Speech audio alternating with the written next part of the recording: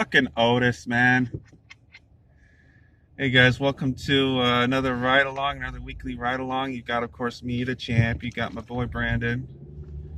They can't see you waving. Oh, And you got Troublemaker. Whoop whoop. And yeah, so let's talk about Money in the Bank. Pisses me off so much. Honestly, like you guys probably saw it if you didn't last week. I predicted everything right except for the men's Money in the Bank match. I am so pissed. I got everything right, even Asuka winning. But I have to admit, as soon as I saw that, I'm like, oh, well, damn, it looks like a SmackDown guy's winning Money in the Bank. Because that seems to be what happens when they have, the last couple of years, they've had either, if a Raw superstar, say, wins men's Money in the Bank, then a SmackDown wins women's Money in the Bank and vice versa. And then, when you know it, but it was a damn fluke and everybody knows it. A damn fluke. But I'm gonna have more to say about that later. Let's review the men's tag team title match first, which again, as you guys know, I got right. I picked the New Day. Man, that was a good match, guys. What'd you think? it was okay. I don't really have an opinion. Not hoorah. Not hoorah, yeah. Oh, they got pinned. What was it? Miz and Morrison that got pinned? I don't remember.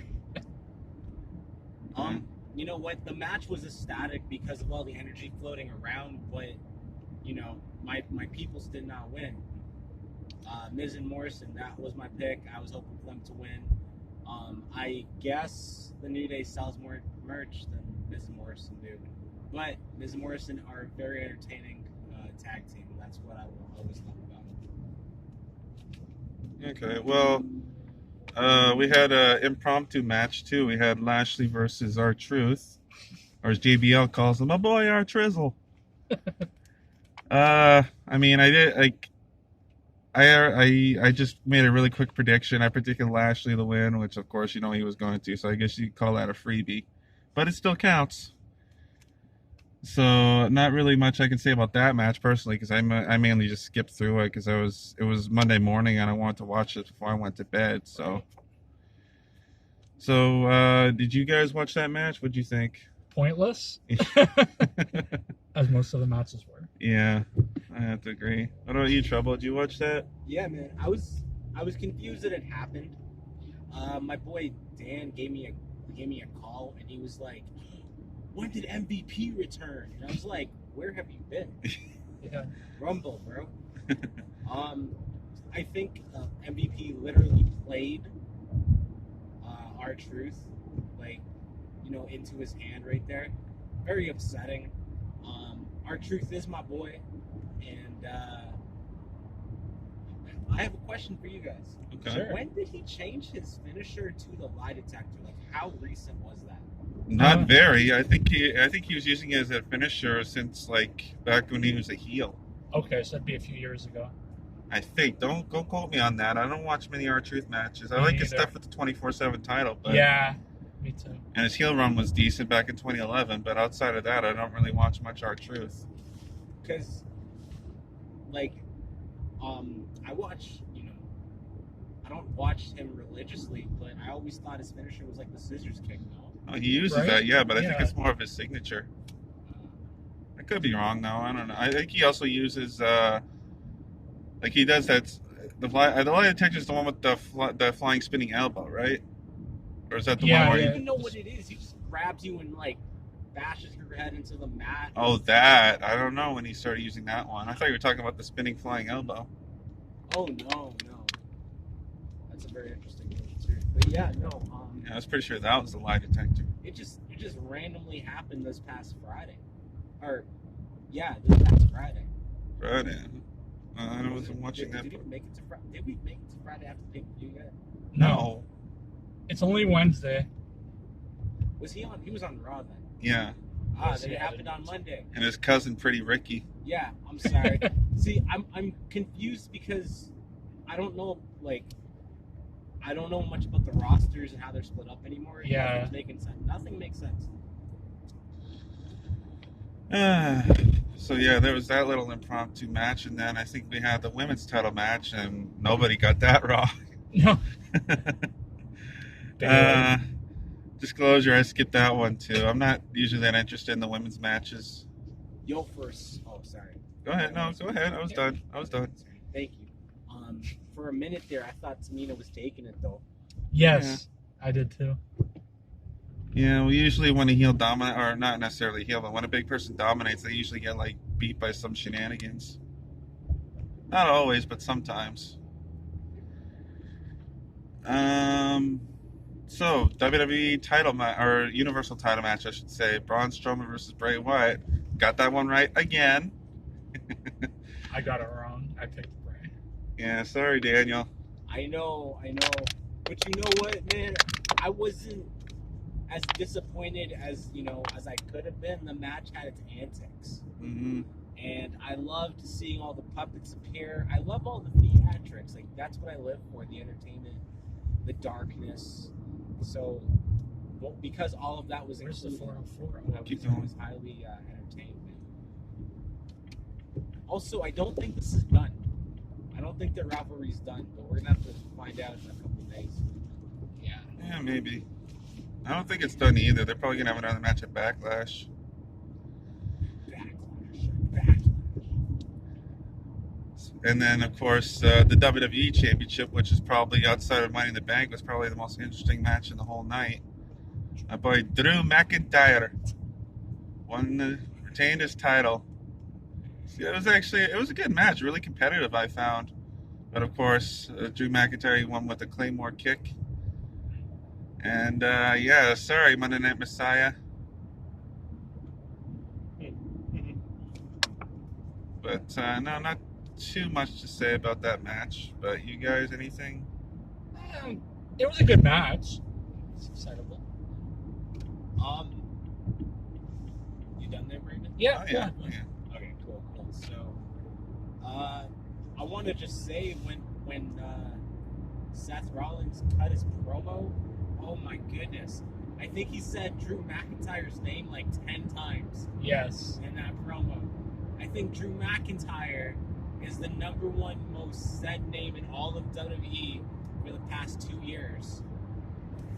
You want to go on the DVP? And I'm saying like they don't address him as McIntyre or Drew. They say his full name. Drew McIntyre. Like every single time that man's name comes across the TV, I tell my aunt I feel like I'm gonna break my TV one day, and she goes, "No, it's okay. McIntyre's good." It's so funny. I do. Match is good, competitive. Drew McIntyre took it, which was cool. And then all the shenanigans that led to on Raw. Let me tell you. Seth Rollins. Sorry, we're gonna get to that afterwards. Actually, Okay, I want to save that thought. Fine. Okay, I'm gonna say. But I just wanted to say too, the WWE title match. I liked a little bit of sportsmanship after. That's always nice sometimes. Rare. I know, right? Especially, face usually does do it to a heel. They usually want to show the sportsmanship. But anyway, so we've already talked about the men's Money in the Bank ladder match, and I talked about it and how much I hated that ending. But what did you guys think about it, real quick? Men's Money in the Bank. Yeah. Weird. How did Styles get freed from the dumbbell? Yeah, thing? it was Like, weird. Really? Like, was it like a magical Barbell, yeah. person, a door, whatever it's called? Yeah. Yeah. But it was an okay match. Yeah, it was alright. Until the end. That was crazy. Baron Corbin just casually committing murder. It was, and then of course you find out the following night, like, oh, there was another roof just 6 feet below that one. So that was weird, and I hated that ending. Like that was such a fluke ending. It pissed me off. He's an AJ Styles fan. Yeah. Yeah. As soon as I saw that, I roared out laughing like he must be pissed. Yeah. I will say I like that little bit in Vince McMahon's office. That was funny. At the AJ Styles was just like, he's like, you're such a coward, and Brian's like, you're the one who said put the chairs back. It's like, I did, didn't I? And then he just starts punching. Yeah. Oh man, that was the highlight of the Get match. out! Yeah, that was good. He looks frail though, eh, Vince? Well, yeah, well, he's got dude's what in his 70s. Yeah, and plus he's been going through a lot. Yeah, I know. As soon as I saw the dinosaur bones, I knew they were in his office. Yeah, that's a dead giveaway. So, any more thoughts about Money in the Bank there, Daniel? The men's side? The match itself, it's cool, but I thought it was stupid to do them simultaneously. Yeah. I would have preferred to see the men start out on the ground floor by the elevators as well. Even if it was previously trashed by the women, for example. Because, like, if this was a live event, you know, we would be subjected to seeing the match happen 2 separate times. Yeah. So yeah, I wasn't too thrilled about that. But it was, you know, overall it was entertaining, you know, seeing like King Corbin breaking the mirror with the weight. The look on his face, just like, oh shit, how much is this gonna cost me? So he's destroyed that. Stephanie setting some things straight up in that room, saying that's not the right briefcase. The whole Undertaker bit with Styles there. You want to Eglinton in here? And to be perfectly honest, I keep getting a little confused sometimes with not confused, but sorry, more convinced that Aleister Black is a disciple of the Undertaker, because Where are we taking it? with Vic Park. yeah, Victoria Park. Okay. Because with every incident that has kind of recently happened involving AJ Styles and The Undertaker, Aleister Black's kind of like the next image you see. It's really odd. I know, right? That was. So, and also the fact that he comes out with like,